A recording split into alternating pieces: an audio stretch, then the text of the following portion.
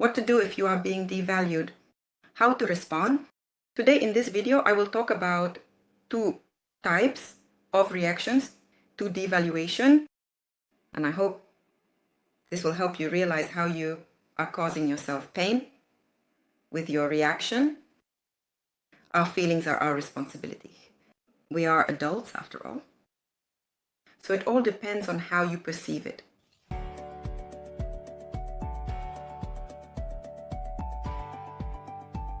My name is Yulia Latunenko, and for 18 years I have been working as a psychologist, both family and individual.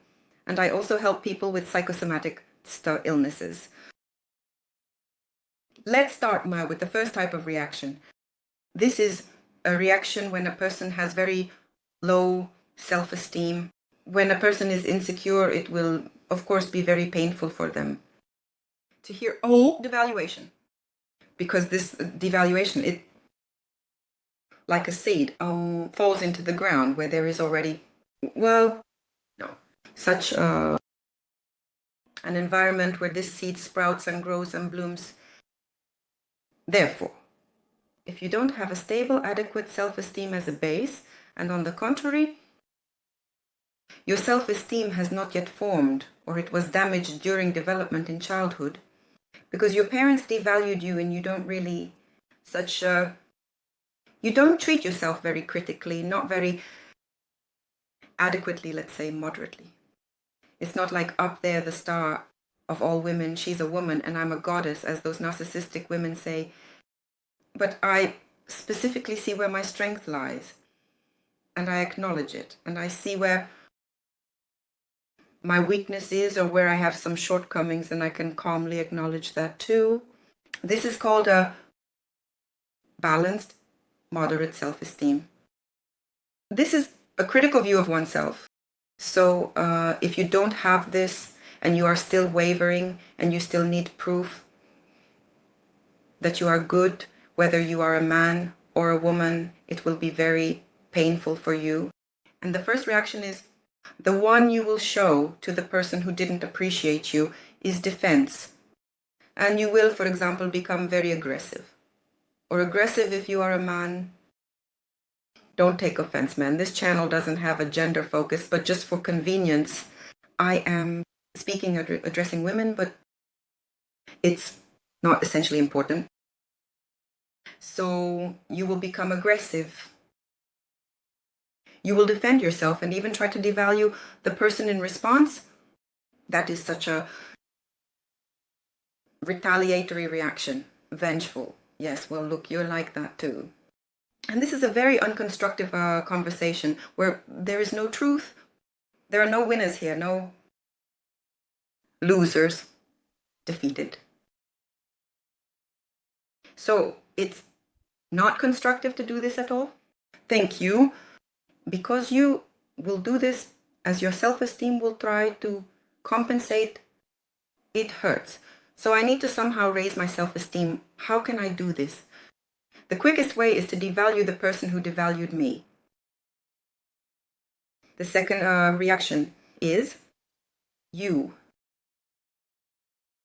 You will try to prove to the person who didn't value you that it's not true. On the contrary, you are good, you are valuable. You will try to justify yourself saying, well, look, you say I'm so bad, look, but here, how much good I have done for you, how much value I have brought into your life. And the person will say, no, it means nothing to me.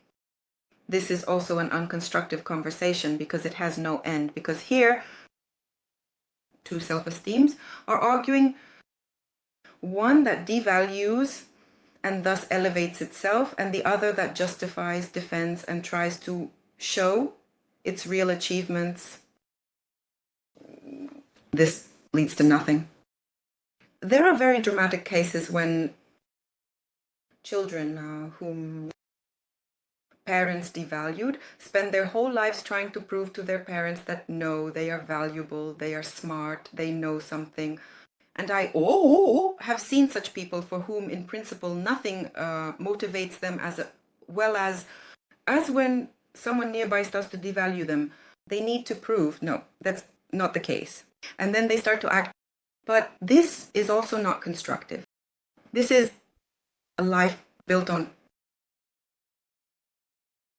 proving to other people that you are cool, you are smart, you are a good person, a wonderful personality.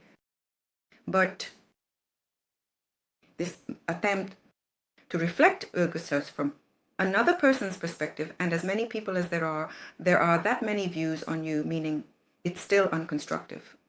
The third way you can react if you have self-doubt, if you don't accept yourself as you truly are and your self-esteem suffers, is still shaky, is no competition. Competition. Oh, as cooperation, it just like envy. There are two types. There is white envy and black envy. Black envy is toxic. When I want what you have to be taken away from you. And white envy is when I want what you have to also be mine. The same goes for competition. It can be turned into cooperation. When I see that you have something and you do it well, let's do it together and it will turn out even better for us.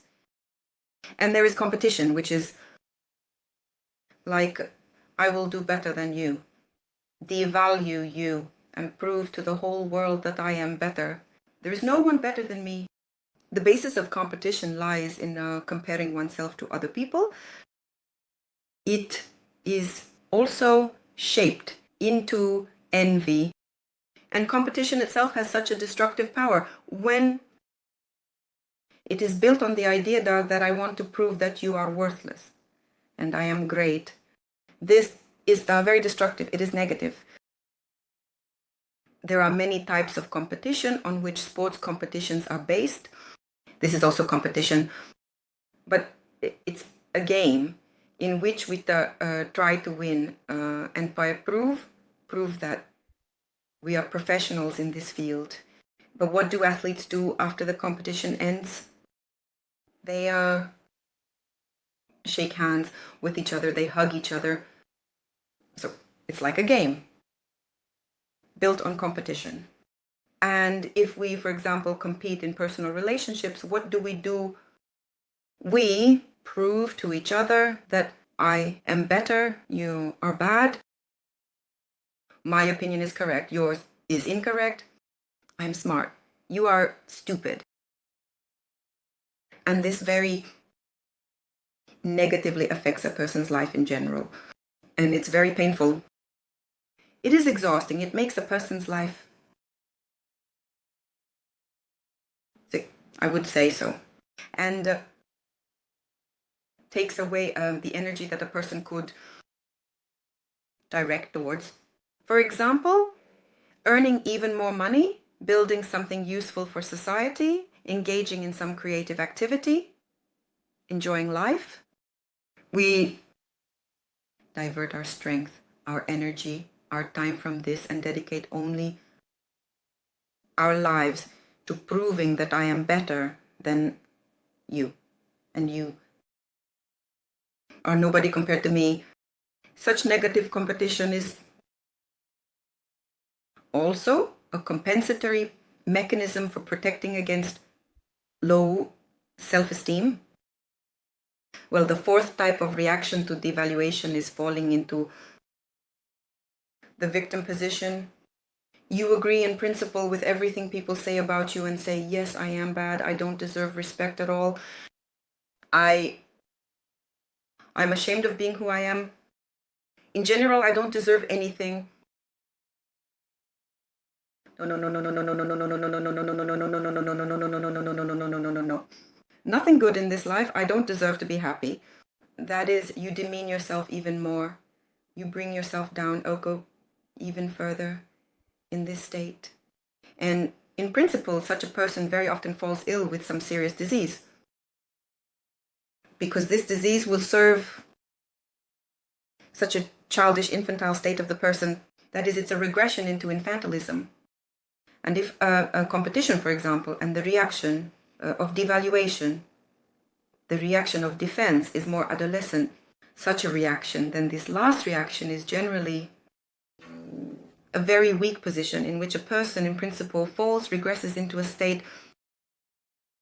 of an age, in principle pre-adolescent. Even there is no aggression. As this aggression is directed at oneself, the person becomes auto-aggressive. That is, they agree, I am nobody, I am nothing, and in principle, there is no place for me on this earth. I do not deserve respect. Very often such people leave life young, and the reason for this process is childhood trauma related to the fact that parents did not accept their child, were not fascinated, were not inspired by their child, did not tell them how wonderful they are, but spent more time on what was wrong with the child, on shortcomings.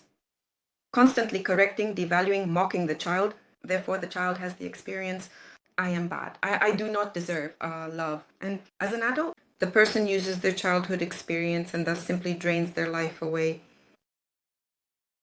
into the abyss of their childhood trauma, unfortunately. In such cases, I recommend undergoing psychotherapy. During the process of psychotherapy, the psychologist reconstructs everything that was either overbuilt or destroyed by the parents. A psychologist who is knowledgeable in working with childhood traumas puts all the pieces together, fills in the gaps, and completes the work that your parents did poorly or did not do at all. The second type of reaction is the adult type of reaction. If in the first 4 types we saw a teenage type of reaction, a childlike type of reaction, then the second way you can react to devaluation is the adult way. Your subscriptions, likes, your comments, this helps a lot. They help people find this channel as quickly as possible. Thank you. Please be active. I really ask you. So, the adult type of reaction to devaluation is a critical attitude towards oneself. It is an adequate self-esteem. It is not the self-esteem that idealizes you in your own eyes, nor the self-esteem that belittles you, but that golden mean about which we all know. But how to achieve it, we do not know. It is diligent work on your trauma.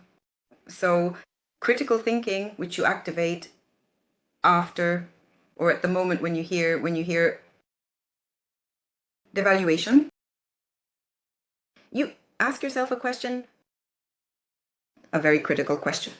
Is everything I am hearing about myself right now true? Is it true? Is this truth supported by any facts from my life? Is this truth absolute, or am I sometimes like this and sometimes not? That is, you analyze what you hear from the person. I will give an example from my own life, for instance. Well, I know that I am very bad at orienting myself in the area. Google Maps is my best friend, as people say. It's called topographic cretinism.